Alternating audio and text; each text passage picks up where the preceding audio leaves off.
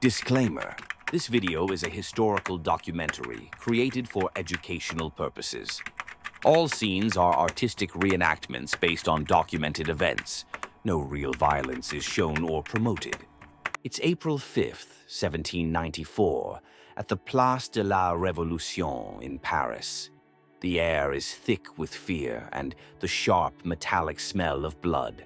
A man who was once the very voice of the French Revolution is now being dragged toward the guillotine. He's fighting his captors, his shirt torn, his voice raw with panic. It takes several men to haul him onto the scaffold. Just 5 years earlier, this man was a hero. His words had sparked the storming of the Bastille. Now he's a traitor, condemned by his own friends. His crime? He dared to ask for an end to the bloodshed. This is the story of how a plea for mercy got one of the revolution's most passionate voices executed. In 1789, Paris was a powder keg, and Camille Desmoulins was the man holding the match. A brilliant, passionate young lawyer, he had a fire in his belly, but also a debilitating stutter that made a courtroom career seem impossible. He was, as one person put it, an advocate without a cause. A man of immense talent silenced by his own biology. So he found his voice another way. Not in court, but with his pen and in the frenzied cafes of a city on the verge of exploding.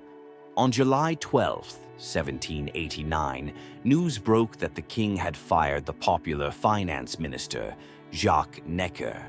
A sure sign a royal crackdown was coming. Panic ripped through the city. Desmoulins ran to the Palais Royal, the hub of revolutionary chatter, and in a moment of pure passion, jumped onto a table. And then something amazing happened. The stutter that had plagued him his whole life just vanished. "To arms!" he shouted, his voice ringing out over the stunned crowd. "To arms! Let us all wear green cockades, the color of hope." His words were like a lightning bolt, galvanizing the Parisian mob. 2 days later, they stormed the Bastille, and the French Revolution began. Camille Desmoulins, the stammering lawyer, had just become its voice. In this whirlwind, he was surrounded by friends who would shape his life and ultimately his death. There was Georges Danton, a boisterous and pragmatic leader with immense political skill. And there was Maximilien Robespierre, the severe, principled lawyer known as the Incorruptible. Desmoulins and Robespierre went way back. They were school friends. They were so close, in fact, that Robespierre would later become the godfather to Camille's son, Horace. Together, this trio would climb to the very top of revolutionary power. As the revolution grew, it also grew darker. The king was overthrown, the republic was declared, and the guillotine began its grim work. This was the reign of terror, a time of state-sanctioned paranoia where anyone could be branded an enemy of the republic and sent to their death on the flimsiest of charges. At first, Desmoulins was all for this radical justice.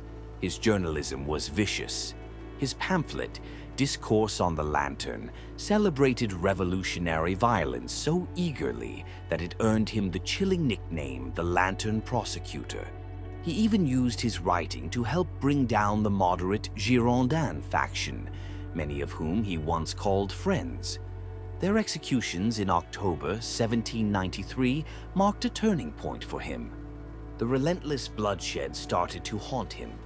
The revolution he dreamed of, one that all mankind would adore, was turning into a monster. The prisons were overflowing, and the death carts, the tumbrils, rolled through Paris every single day. One evening, the story goes that as he and Danton crossed a bridge, Danton gestured to the Seine glowing red in the sunset. "Look," he reportedly said, "the Seine is running with blood." Both men were becoming sickened by the slaughter they had helped unleash. It was Danton who gave Desmoulins his next mission. "Take up your pen," he told his friend. "Plead for clemency. I will support you." So, in December 1793, Desmoulins launched a new journal, Le Vieux Cordelier, the Old Cordelier. The name was a callback to the revolution's earlier, more hopeful days. He had a new cause: to end the terror. In revolutionary France, the line between patriot and traitor was razor thin. Speaking out was an incredible act of courage, a gamble for the nation's soul, with your own life as the stake.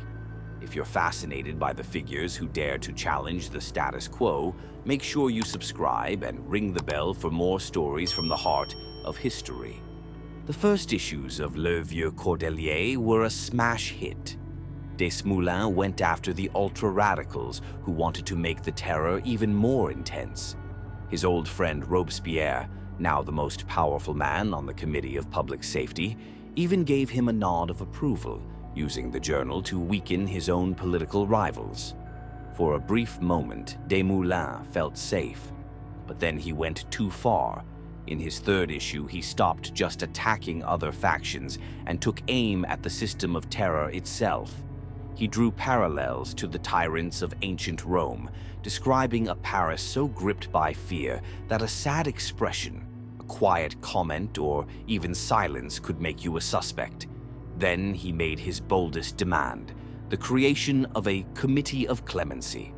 This wasn't just a suggestion, it was a direct challenge to Robespierre and his authority. The backlash was immediate. At the Jacobin Club, the heart of revolutionary power, Desmoulins was denounced. Robespierre, feeling betrayed, took the floor. He tried to offer his friend a way out, dismissing him as a spoiled child who'd fallen in with a bad crowd. He proposed they just burn the offending journals instead of expelling Desmoulins from the club. It was a lifeline, a chance to back down without total humiliation. Desmoulins refused it. Proud and defiant, he stood up and said to his old friend, "To burn is not to answer." The room went silent. The friendship was broken. Robespierre's face hardened. "Camille," he warned, "if you were not Camille, one could not be so indulgent." The threat was clear. The trap was set. On the night of March 30th, 1794, it snapped shut. Desmoulins, Danton, and their allies were arrested. The official charge was a vague conspiracy to restore the monarchy, but their real crime was daring to call for moderation. Their trial was a sham. When Danton used his powerful voice to tear the prosecution's case apart, they panicked and passed a new rule. The accused were no longer allowed to speak in their own defense. The verdict was a foregone conclusion. When the death sentence was read, Desmoulins finally broke, sobbing and crying out for his wife, Lucille. On April 5th, 1794, a hysterical Desmoulins was dragged to the cart that would take him to the guillotine. He pleaded with the crowds, tearing at his clothes as he was hauled toward the scaffold. In his bound hands, he clutched a lock of his wife's hair. Danton, ever defiant, watched his friend's agony before facing his own execution. He was the last to die, and his final words to the executioner were legendary. "Show my head to the people. It is well worth seeing." Camille Desmoulins, the man of words, died at just 34 years old.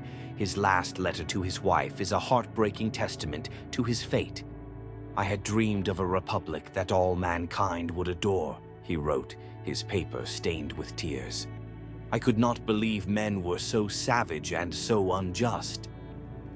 The tragedy didn't stop there. His wife, Lucille, was arrested after trying desperately to save him. Just 1 week later, she followed him to the guillotine. She was only 24. The great irony? The terror consumed its own creators. Less than 4 months later, Maximilien Robespierre, the man who sent his oldest friend to die, met the exact same fate, overthrown by men who were tired of the bloodshed he had championed. The story of Camille Desmoulins is the ultimate tragedy of the French Revolution. He was the voice that gave it life, a man whose passion for liberty was absolute. But when that same passion led him to plead for humanity, The revolution he helped create turned on him and devoured him whole. What would you have done in Camille's position? Would you have stayed quiet to save yourself? Or would you have spoken out, knowing it could cost you everything? Let us know in the comments below, and thanks for watching.